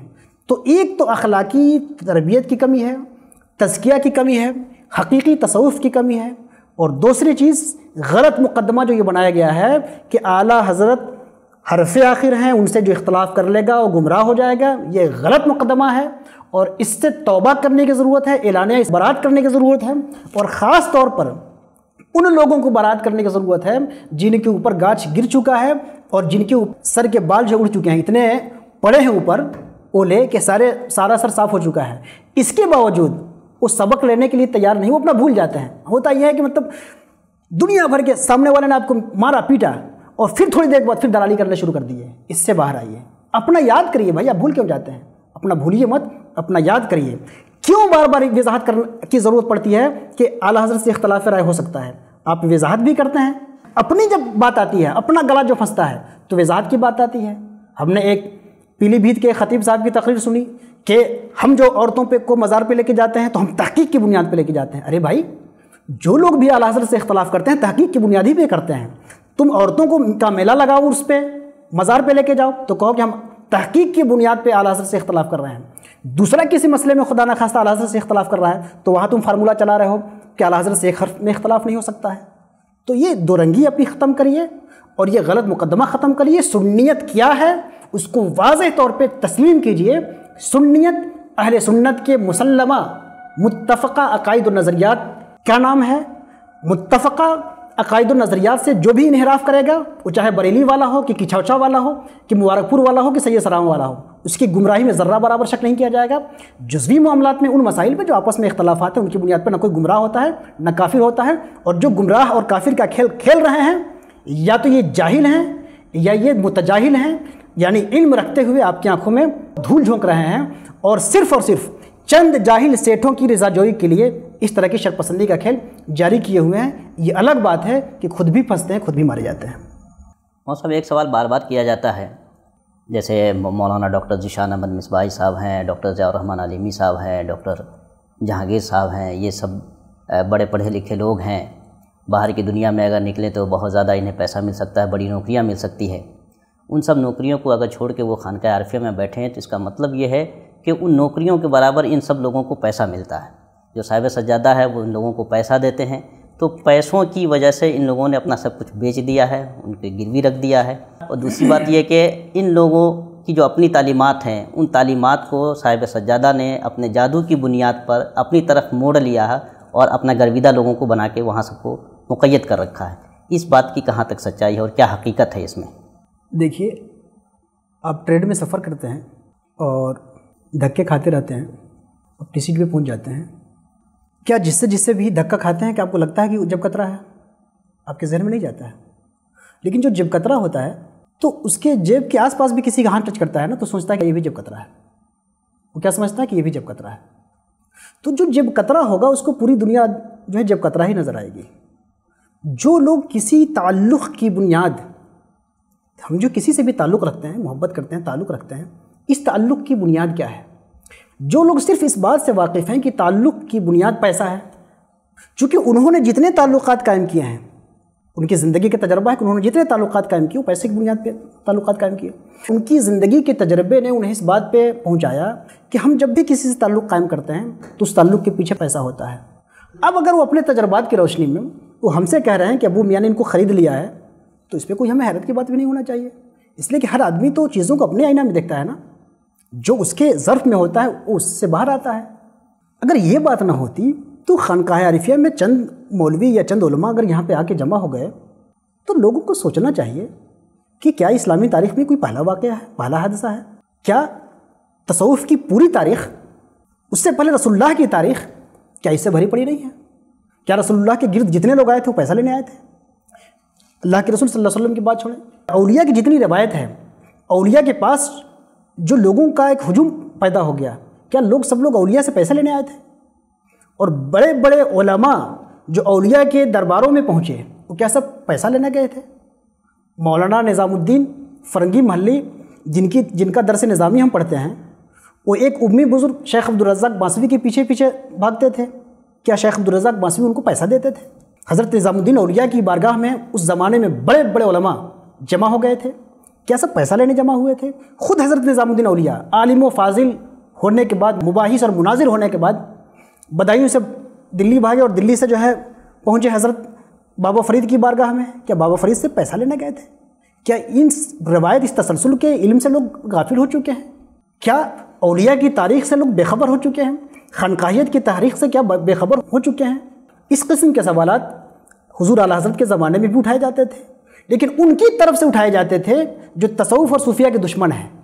آج حیرت زیادہ ہے کہ یہ سوالات ادھر سے اٹھائے جا رہے ہیں جن کا کہنا ہے کہ تصوف کے واحد علمبردار ہم ہیں۔ بھائی آپ تصوف کے علمبردار بھی ہیں اور آپ یہ سوالات بھی اٹھا رہے ہیں، تو اس کا مطلب یہ ہے کہ کہیں نہ کہیں وہابیت ہماری صفوں میں بھی آئی ہے، اس کو پہچاننے کی ضرورت ہے۔ جو اولیاء کی عظمت سے بے خبر ہے، اولیاء کی طاقت سے بے خبر ہے، اولیاء کی کرامت سے بے خبر ہے، اس کو صرف پیسہ اور جادو ہی نظر آتا ہے، تو اس کا مطلب یہ ہے کہ یہ تو اس گروپ کی بات ہے جو نہ کرامت کو مانتا ہے نہ ولایت کو مانتا ہے، جس گروپ کو ہم وہابی کہتے ہیں۔ اگر یہ بات ہمارے حلقے میں بھی آ گئی ہے تو اس کا مطلب وہابیت کے اثرات یہاں تک پہنچ چکے ہیں۔ وہابی وہ نہیں ہوتا ہے جس کی پیشانی پہ وہابی لکھا ہو، جو کسی وہابی مدرسے میں پڑھ کے آئے، جو کسی وہابی کے گھر میں پیدا ہو، اس کو وہابی نہیں کہتے ہیں۔ وہابی تو ایک فکر کا نام ہے، ایک ٹیک کا نام نہیں، ایک فکر کا نام ہے۔ اگر یہ فکر ہماری صفوں میں آ رہی ہے تو اس کا مطلب وہابیت ہماری صفوں میں سرایت کر گئی ہے۔ جواب کا خلاصہ ہمارا یہ ہے کہ یہ جو روایت ہے یہ ہمارے بزرگوں کی یہ روایت ہے۔ خود آپ اعلیٰ حضرت کو دیکھ لیجئے، اعلیٰ حضرت کی بارگاہ میں کتنے بڑے بڑے علماء جمع ہو گئے تھے۔ صدر الشریعہ خود بڑے عالم تھے، مولانا نعیم الدین مراد آبادی صاحب، ظفر الدین بہاری صاحب، اس طرح علماء کی یہ کہکشاں آباد تھی۔ تو کیا اعلیٰ حضرت ان کو پیسے دیتے تھے یا پیسے پہ وہ خرید لیا تھا؟ دراصل جو لوگ پیسے کے پجاری ہیں اور جو دین کو پیسے سے بیچتے ہیں، پیسے سے خریدتے ہیں، پیسے پہ فتویٰ دیتے ہیں، پیسے پہ رائے بدلتے ہیں، پیسے کی بنیاد پہ پیر اختیار کرتے ہیں کہ غریب پیر کون ہے، امیر پیر کون ہے۔ پیر کا مطلب تزکیہ اور تربیت ولایت نہیں، اس پیر کو پکڑو جس کے پاس مریدوں کا بڑا جتھا ہو، مالدار سیٹھ والے مریدوں کا جتھا ہو، جو اس آئینے سے دیکھنے کا خوگر ہو گیا ہو۔ اگر وہ ہمارے بارے میں ایسی بات کہہ رہا ہے تو ہمیں کوئی حیرت نہیں، کوئی تعجب نہیں، اس کو کہنے کا حق ہے۔ یہ اس کا اپنا تجربہ ہے، یہ اس کے قلب کی تصویر ہے جو اس کی زبان سے، اس کی آنکھوں سے باہر آ رہی ہے۔ بہت بہت شکریہ ڈاکٹر ذیشان صاحب قبلہ۔ یہ مختلف سوالات بار بار ہمارے واٹس ایپ پہ بھی اور دوسرے لوگوں کے بھی واٹس ایپ پہ یہ آڈیو کی صورت میں اور یوٹیوب پہ ویڈیو کی صورت میں یہ سوالات تھے، جن سے ایک بڑا طبقہ جو ہے جو خانقاہ سے منسلک ہے اور جو منسلک نہیں ہے، دونوں میں غلط فہمیاں پھیل رہی تھی۔ آپ نے بڑی وضاحت کے ساتھ ان ساری باتوں پہ گفتگو کی ہے۔ ہم امید کرتے ہیں کہ یہ باتیں جن لوگوں تک پہنچے گی انہیں اپنا ذہن صاف کرنا چاہیے اور حقائق کو حقائق کے طریقے پہ دیکھنا چاہیے اور اسی کو تسلیم کرنا چاہیے، نہ کہ افواہوں پہ نظر رکھنی چاہیے۔ ہم آپ کا پھر سے شکریہ ادا کرتے ہیں۔